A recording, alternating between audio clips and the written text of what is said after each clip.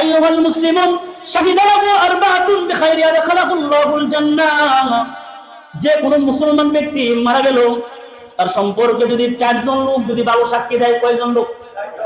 আমরা তো জানি যে 10 জন। 10 জন ভালো কইলে আল্লাহ কয় বালা, কিন্তু হাদিসের মধ্যে আছে 4 জন। কয়জন? হাদিসের মধ্যে বলে 4 জন। 4 জন কেমন লোক? আপনার ঘরের সাথে যার ঘর, তার মানে আপনার পাড়াপড়শি, আপনার প্রতিবেশী, কিংবা আপনার ভাই, কিংবা আপনার চাচা, এরকম 4 জন প্রতিবেশী যদি মরার পরে যদি বলে আলহামদুলিল্লাহ, আমি তার ব্যাপারে সাক্ষ্য দিচ্ছি, তার ভালোর ব্যাপারে জানি, খারাপের ব্যাপারে জানি না, আল্লাহ তাআলা বলবেন তোমরা তার ভালোর ব্যাপারে জানো, খারাপের ব্যাপারে জানো না, আমি আল্লাহ জানি না। বিখাইরি আদখালাহুল্লাহুল জান্নাহ, আমি আল্লাহ তাকে জান্নাত দান করে দিলাম, মানে জান্নাতে প্রবেশ করায় দিবে। সাহাবী বলেন, তারপর আমি জিজ্ঞেস করলাম, ইয়া রাসূলুল্লাহ, যদি 3 জনের সাক্ষী দেয়? নবীজি বলেন 3 জনের সাক্ষী দিলেও ফাদখালাহুল্লাহুল জান্নাহ। সাহাবী বললেন, ইয়া রাসূলুল্লাহ, যদি 2 জনের সাক্ষী দেয়? নবীজি বলেন 2 জনের সাক্ষী দিলেও ফাদখালাহুল্লাহুল জান্নাহ। সাহাবী বলে, 1 জনের কথা নবীজিকে জিজ্ঞেস করি না। সুবহানাল্লাহ। মা মিন মুসলিমিন ইয়ামুতু ফায়ুসাল্লি আলাইহি উম্মাতুন মিনাল মুসলিমিন ইয়াবলুগুনা মিআতা। আল্লাহর রাসূল বলেন, কোন মুসলমানের জানাজায় যদি 100 জন লোক উপস্থিত হয়, কতজন? 100 জন লোক যদি উপস্থিত হয়, কুল্লুহুম মিশফাউনা লাহু, আর 100 জন প্রত্যেকটা লোক যদি তার জন্য সুপারিশ করে, অর্থাৎ দোয়া করে, ইল্লা শুফিউ ফি, আল্লাহর রাসূল বলেন 100 জন লোক তার জন্য সুপারিশ করার কারণে, দোয়া করার কারণে আল্লাহ পাক তার জীবনের গুনাহগুলো maaf করে দিবেন এবং তাদের সুপারিশ আল্লাহ তাআলা কবুল করে নেবেন। যে ব্যক্তি লাশকে গোসল করায়, আল্লাহর রাসূল সাল্লাল্লাহু আলাইহি ওয়াসাল্লাম বলেন, লাশকে গোসল করানোর উপরে গোসলের মধ্যে তার গোপনীয় যা কিছু বের হইছে, যা কিছু গোসল করানো ওলা দেখছে, ওই ব্যক্তিটা মশারির তলদেইটা আয়েশা মানুষের সামনে যদি বলতে পারে আলহামদুলিল্লাহ, চমৎকার একটা মরণ আল্লাহ তাকে দিয়েছেন, তার ত্রুটিগুলো দোষ ত্রুটিগুলো গোপন রাখলেন, আল্লাহ রাসূল বলেন আল্লাহ পাক তাকে 40 বার তাকে আল্লাহ পাক ক্ষমা করে দেন। অন্য হাদিসের মধ্যে আছে আল্লাহ পাক তার 40টা বড় বড় কবিরা গুনাহ maaf করে দেন। যে ব্যক্তি কোন মুসলমান ভাইয়ের মৃত ব্যক্তির গায়ের মধ্যে কাফন পরে দেয়, আল্লাহ তাআলা জান্নাতের ভিতরে তাকে রেশমি কাপড়ের পোশাক পরায় দেয়। আমার বাবা যেদিন মারা গেল, নিজের হাতে যখন আমি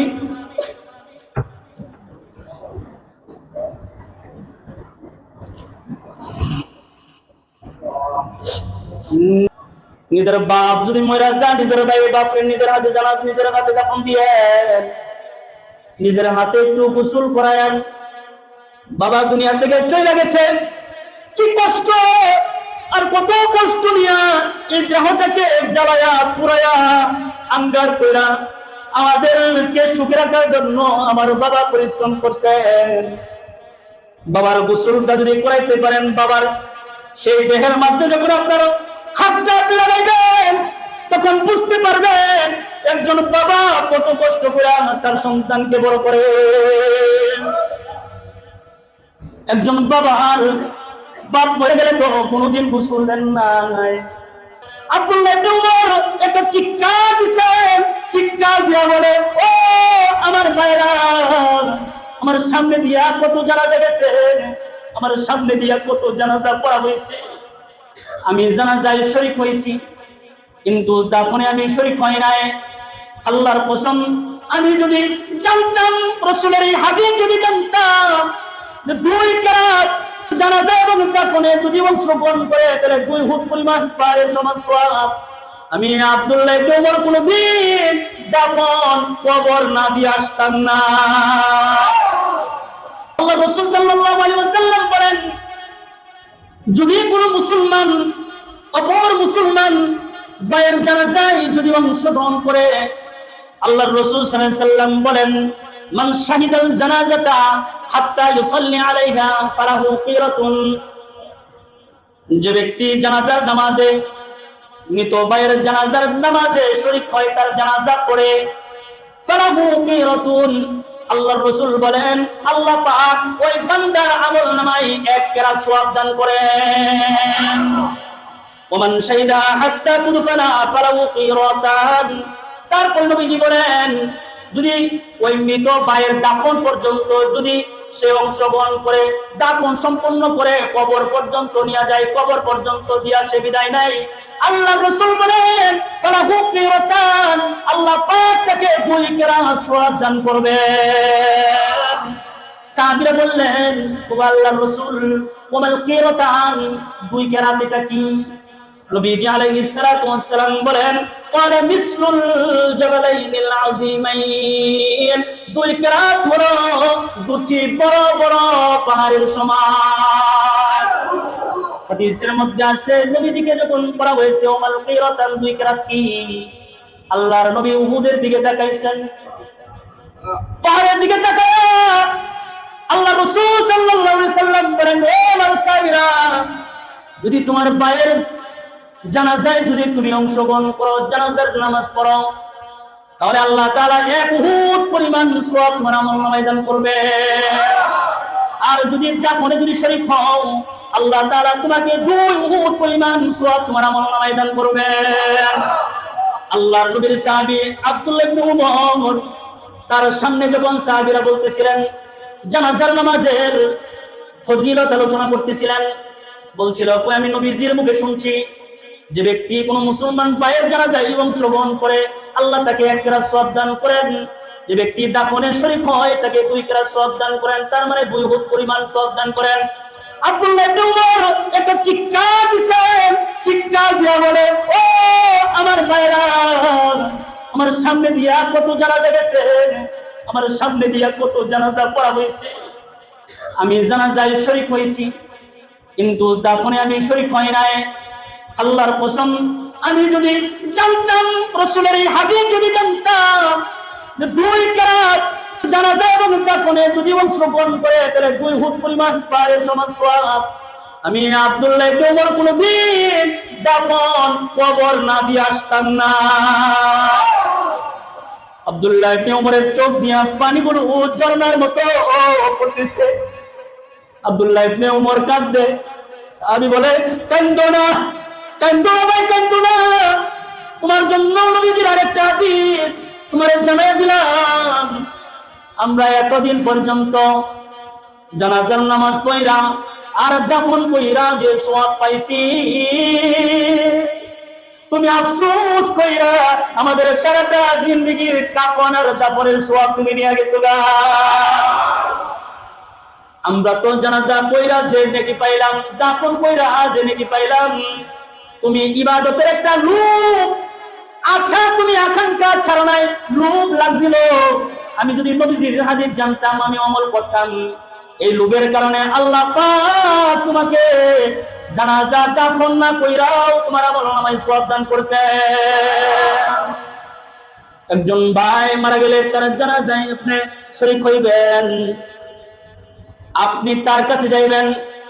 মানুষ মারা গেলে তো আমরা শুধু জানাজার জন্যই দৌড়ে যাই না, নবীজি বলেন মানুষ মরে গেলে তার বাড়িতে একটু যাও, পরিবার পরিজনকে একটু সান্ত্বনা দিও, কারণ মানুষ মারা গেলে এটা চোখ দিয়া পানি বের হয় না, কলিজা দিয়া রক্ত বের হয়, এজন্য তুমি তার সান্ত্বনা দিবা।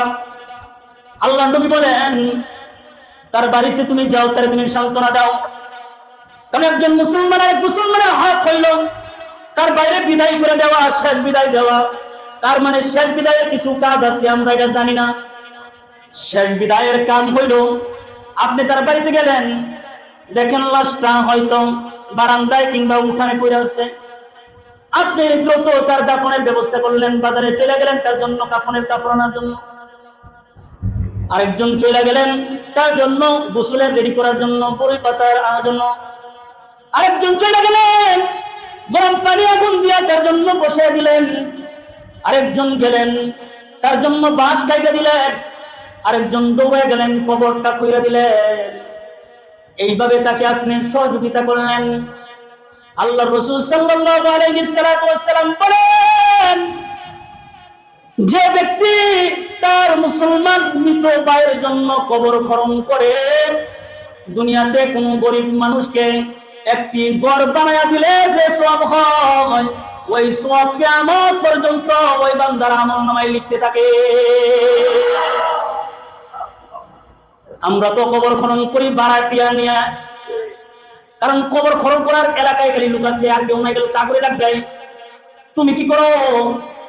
তোমার বাপ মরে গেছে, তুমি কি করো? তোমার নানা মরে গেছে, তুমি কি করো? তুমি মোবাইল চালাও, কথা কয় না।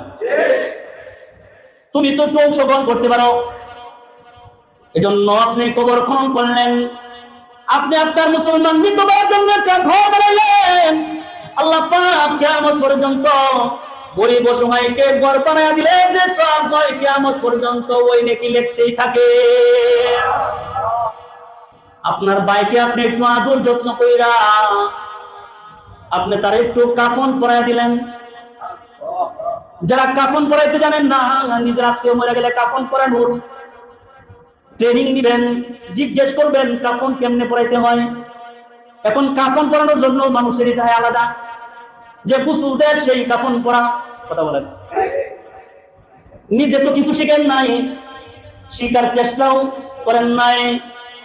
আল্লাহ রাসূল সাল্লাল্লাহু আলাইহি ওয়াসাল্লাম বলেন, যে ব্যক্তি কোন মুসলমান ভাইয়ের মৃত ব্যক্তির গায়ের মধ্যে কাফন পরে দেয়, আল্লাহ তাআলা জান্নাতের ভিতরে তাকে রেশমি কাপড়ের পোশাক পরায়া দেয়।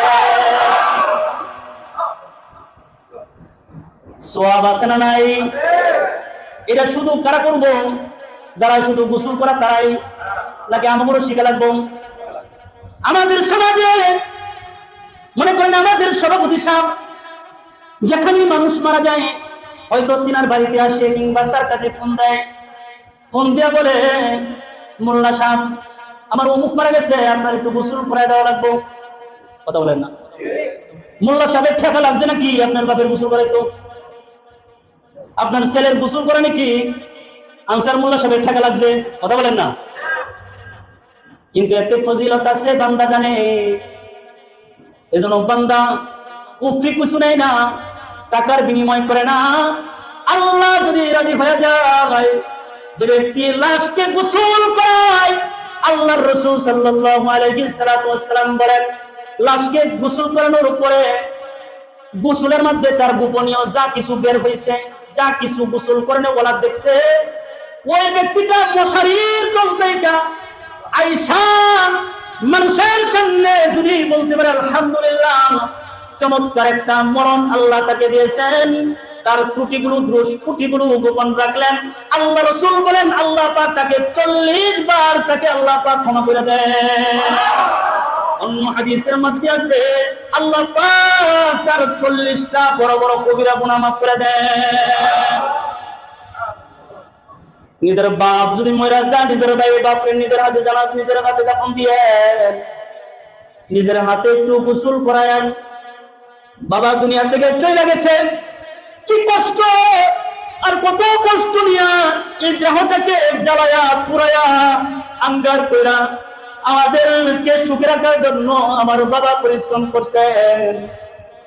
বাবার গোসলটা যদি করাইতে পারেন, বাবার সেই দেহের মধ্যে যখন আপনার হাতটা লাগাইবেন, তখন বুঝতে পারবেন একজন বাবা কত কষ্ট করে তার সন্তানকে বড় করে। একজন বাবার বাপ মরে গেলে তো কোনোদিন গোসল দেন নাই। আমার বাবা যেদিন মারা গেল, নিজের হাতে যখন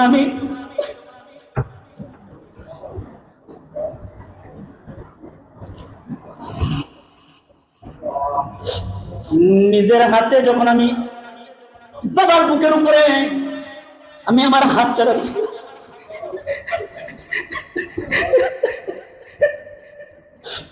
আমার বাবার পুরা মুখটা আমি দেখেছি পাথরের মতো হয়ে গেছে, হাড্ডিগুলো বের হয়ে গেছে। অথচ এই বুকের মধ্যে সারাটা জিন্দেগি রাখা, এই বুকের উপরে সারাটা জিন্দেগি আদর করে রাখছে, কষ্ট মুজাহাদা কইরা শরীরটাকে দুর্বল বানাইছে।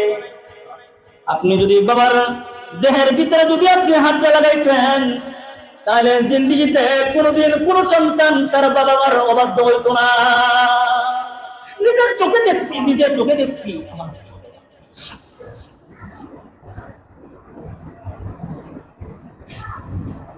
এই জন্য গোসলটা নিজেই করাইবেন।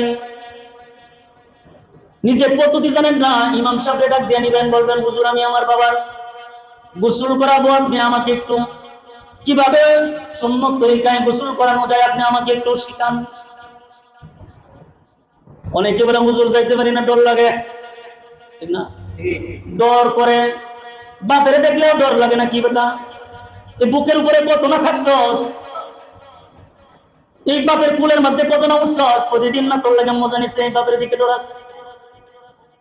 অথচ আল্লাহ রসুল বলেন নিজের গুণাত্মীয়, নিজের কোন নিকট মানুষ যদি মারা যায় নিজের হাতে গোসল দিও।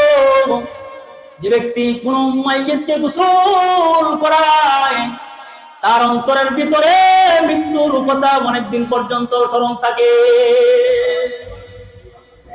গোসল করাইলে মনে হয় যে মরা আমার বাড়ির সামনে পড়েছে,